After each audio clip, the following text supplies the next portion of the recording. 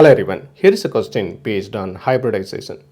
Total number of molecules in which the central atom is sp2 hybridized is how many? We have 7 molecules given. So let's find the hybridization one by one. The best way to do is to find out the steric number. Steric number is sum of sigma bonds plus sum of lone pairs. Therefore, for sp2 hybridization, the steric number has to be 3. If it is 4, then it is sp3. If it is 2, then it is sp. We have to figure out the molecules where the steric number will be 3. We can quickly do it through Lewis structure. So for SiO2, the total number of valence electrons would be equal to 4 plus each oxygen has 6 valence electrons. So 2 times 6, 12. And therefore this will be 16 valence electrons, and therefore the structure we can write it this way, the Lewis structure.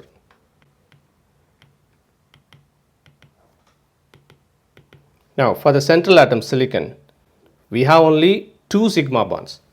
This is a sigma bond, this is a sigma bond. These two are pi bonds, isn't it? So therefore the steric number here is 2. Therefore, the hybridization for silicon in this case is sp. This means we need to omit this. And then for NH3, what would be the total number of valence electrons? It would be 5 plus 3 because atomic number of nitrogen is 7.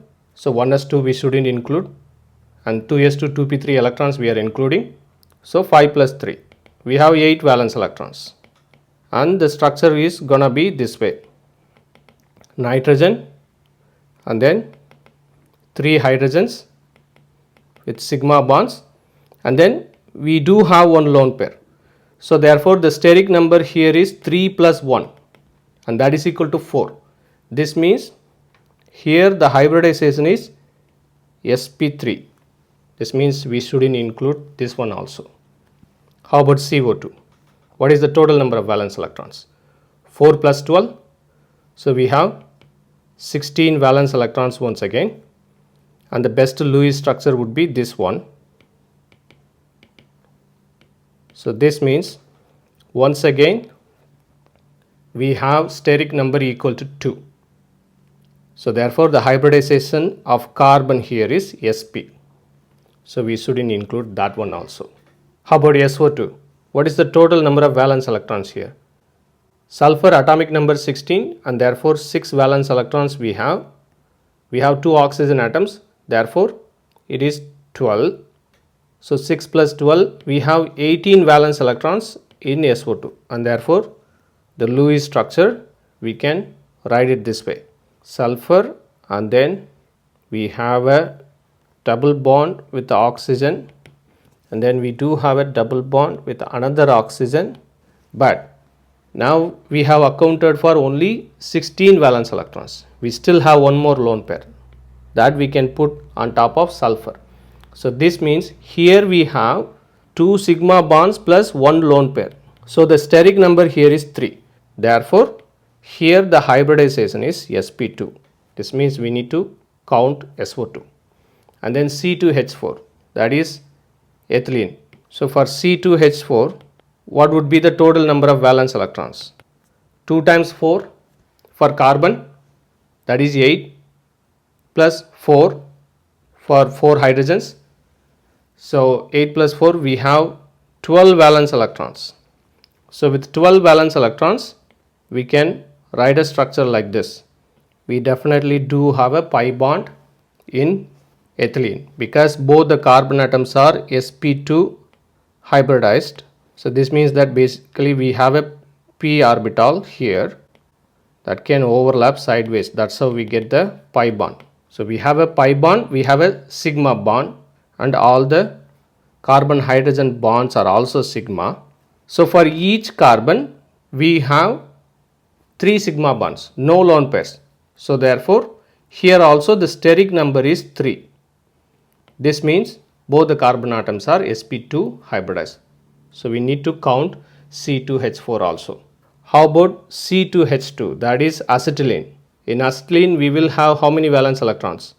We have 2 times 4, 8 plus 2, and therefore 10 valence electrons we will have.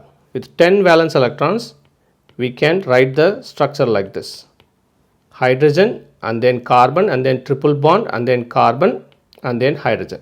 So this accounts for 10 valence electrons, because we cannot put more than 2 valence electrons between carbon and hydrogen. So here also we cannot put more than 2 valence electrons between carbon and hydrogen. So we accounted for 4 valence electrons, and the remaining 6 valence electrons has to come between carbon and carbon. So therefore the hybridization here for both the carbon atoms is sp, isn't it? So we have 2 pi bonds. These two are pi bonds. We have one sigma bond here, one sigma bond here, one sigma bond here. So for each carbon atom we have 2 sigma bonds. That means the steric number in this case is 2. Therefore the hybridization is sp. So we shouldn't count C2H2.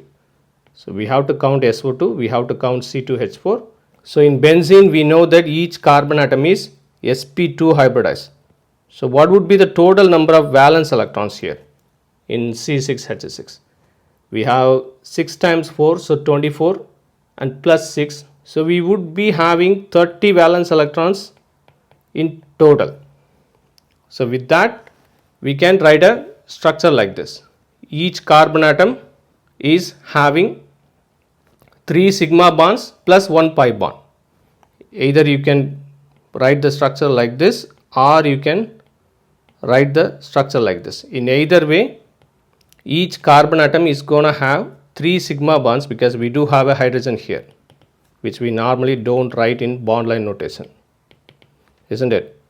So we do have 3 sigma bonds for each carbon and 1 pi bond. So because we have 3 sigma bonds, the steric number in benzene for each carbon is 3. Therefore the hybridization is sp2. So which means the correct answer for this is 3. In case if we are accounting for 30 valence electrons in benzene, keep it in mind that benzene has 6 CH bonds. That requires 12 valence electrons. It also has 6 carbon-carbon sigma bonds. That requires another 12 valence electrons. And then we have 3 pi bonds.